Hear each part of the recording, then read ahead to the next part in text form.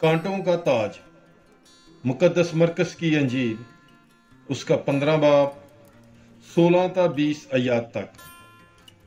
और सिपाही उसे किले के सहन में ले गए और सारे दस्ते को इकट्ठा किया, और उन्होंने उसे अर्गवानी पोशाक पहनाई और कांटों का ताज बनाकर उसके सर पर रखा, और उसे सलाम करने लगे कि ए यहूदियों के बादशाह सलाम।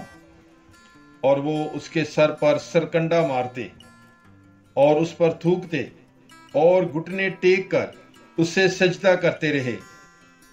और जब उससे ठट्ठा कर चुके तो अर्गवानी पोशाक उस पर से उतारी और उसी के कपड़े उसे पहनाकर उसे सलीब देने को बाहर ले गए। पाक कलाम के पढ़े और सुने जाने पर खुदावंद की बरकत हो। खुदा का शुक्र हो। God bless you. Bible is life.